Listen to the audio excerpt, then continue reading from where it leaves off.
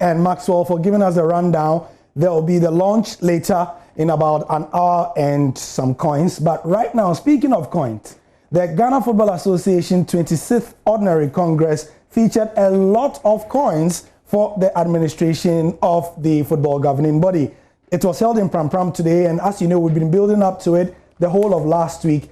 And indeed, some of the scoops we got you from last week were ratified, including the very interesting issue of the fact that the GFA president and some of the executive committee members' allowances, that's a fancy way of saying their salaries anyway, will be increased by up to about 300%.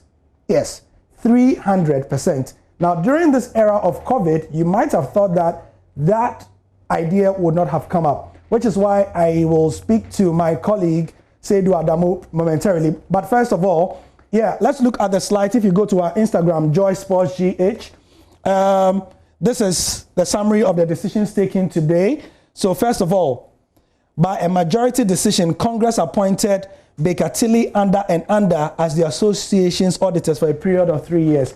You might recall that in our previous reports, we mentioned that KPMG and others were in the running, but this organization were chosen. Proposal of amendment to the standing orders of Congress were also approved today. Also, Congress unanimously ratified the basically the last year's budget was also ratified, and Congress by a majority decision approved the proposal, to have the allowances and incentives for the president, the vice president, and the executive council all approved, done as well. And finally, they also approved the work program and budget for the next financial year.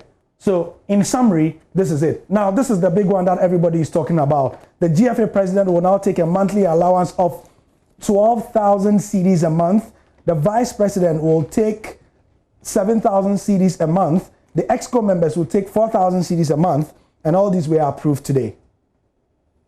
All right, time for analysis then. Seydou Adamu is my colleague in the industry, and he likes to follow these issues critically as well. Seydou, thank you very much for joining us on the Pulse.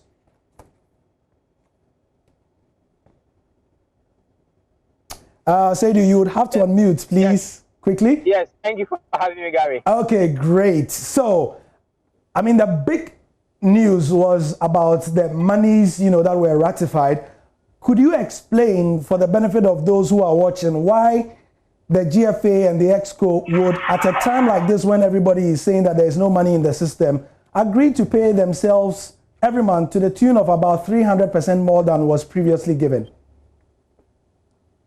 Yes, I will try and do the summary and also bring the issues down.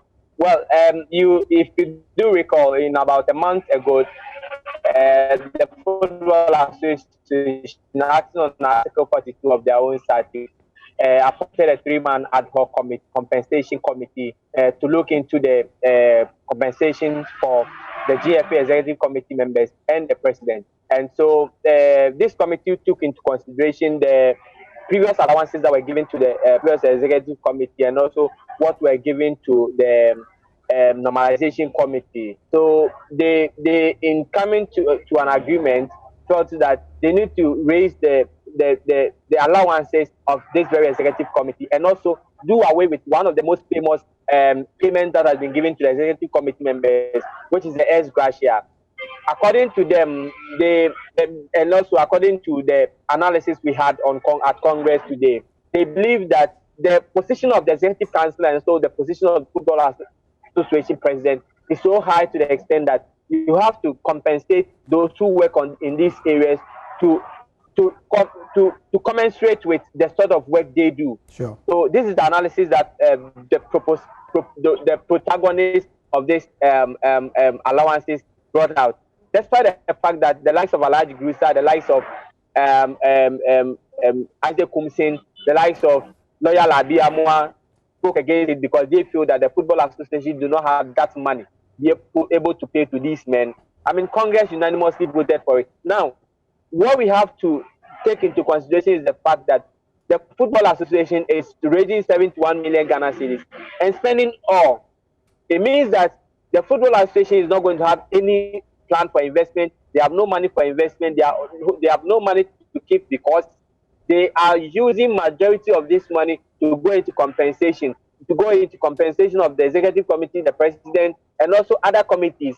So there are lots of questions that some of us have raised in terms of how much the FA is going to make in terms of being able to put in place a legacy project like pitches, like office centers, and other things that we need for development, basically. All right, Seydou, because of a lack of time, we would have to leave it here. But you have given us I don't want to say cogent reason because, I'm not an analyst. I'm the host here as well. You'll be on Fan Zone with us later today, and he's going to explain more of the things that happen in Pram Pram today. So there you have it, really.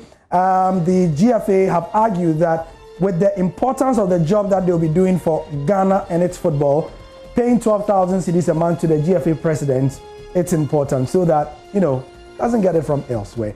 I'm Gary Al Smith. That's the sport for now. You can trust that the discussion will continue.